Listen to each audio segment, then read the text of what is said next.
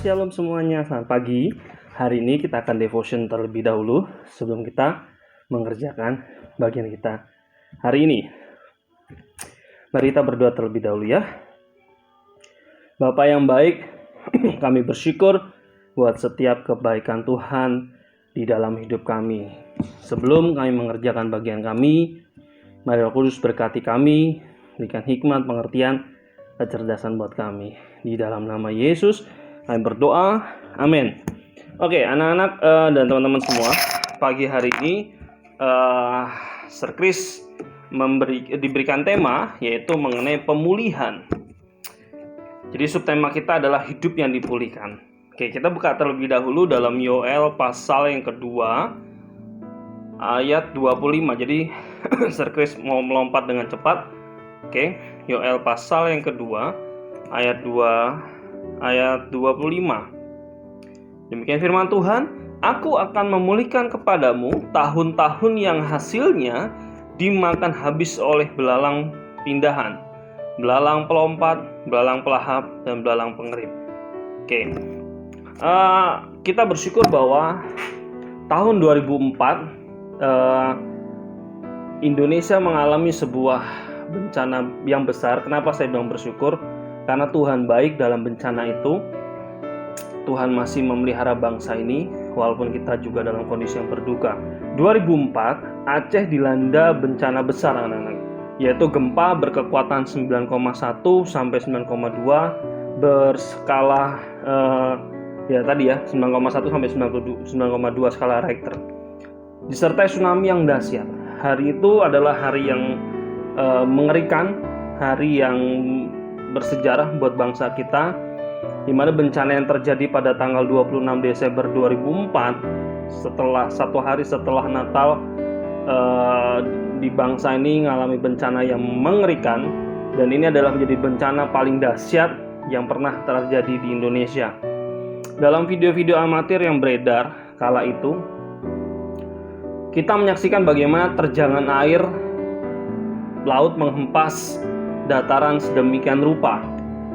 Hanya dalam hitungan beberapa jam saja, air laut yang tadi gelombang tsunami dari gempa yang terjadi tadi yang 9,1 sampai 9,2 skala Richter tadi itu terjadi.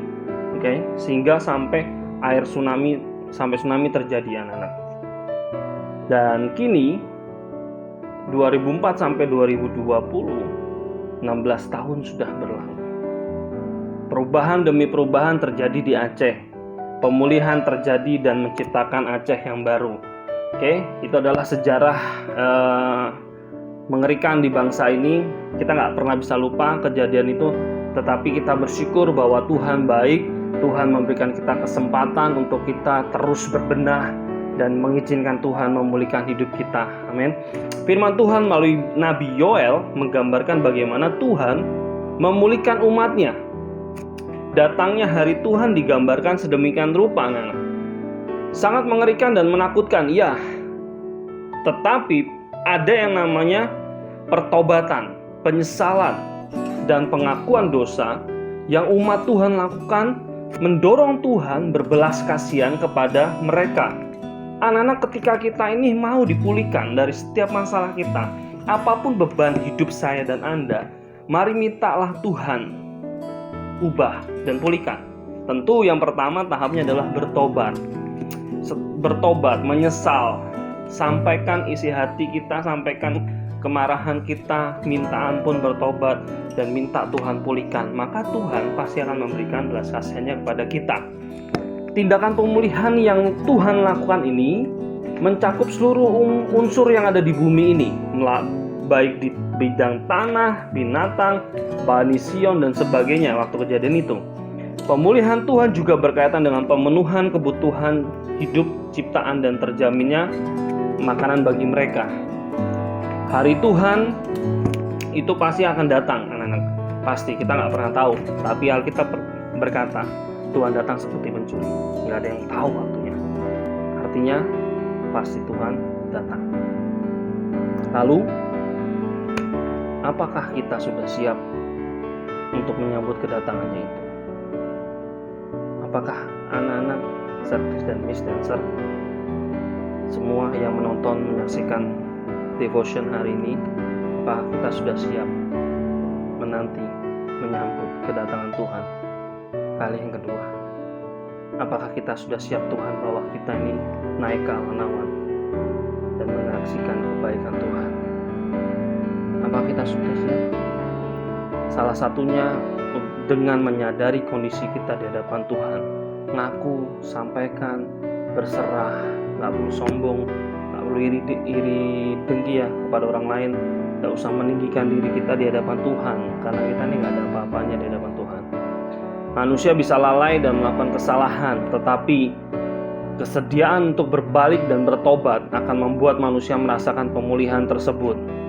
Setiap orang yang bersedia dan mau untuk bertobat akan dipulihkan. Ingat baik-baik, setiap orang yang bersedia dan mau untuk bertobat akan dipulihkan. Ada yang namanya free will, ada yang namanya kehendak bebas. Oleh sebab itu anak-anak semua, pemulihan itu bukan hanya terjadi pada dunia ini, tetapi juga pada manusia, setiap kita. Mari mintalah Tuhan mengubah, memulihkan kita. Percaya bahwa Tuhan datang kali yang kedua menjemput kita semua di awan-awan. Saya percaya kita semua ketika kita punya free will, kehendak ingin bebas, minta Tuhan memulihkan keadaan kita, bertobat, dan percayalah Tuhan menyertai saya dan Anda. Saya berdoa setiap kita diberkati, tetaplah jadi yang terbaik buat banyak orang di sekitar kita, lakukan yang terbaik, lakukan kebaikan buat banyak orang.